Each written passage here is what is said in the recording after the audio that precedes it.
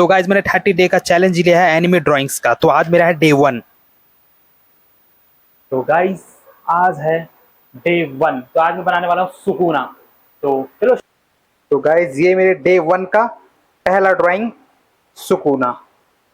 और इसे मैं करूंगा वाटर कलर, तो उसके लिए लगेगा थोड़ा सा मुझे पानी।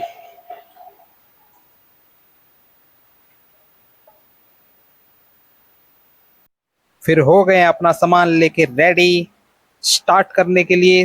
तो बने रहो वीडियो में।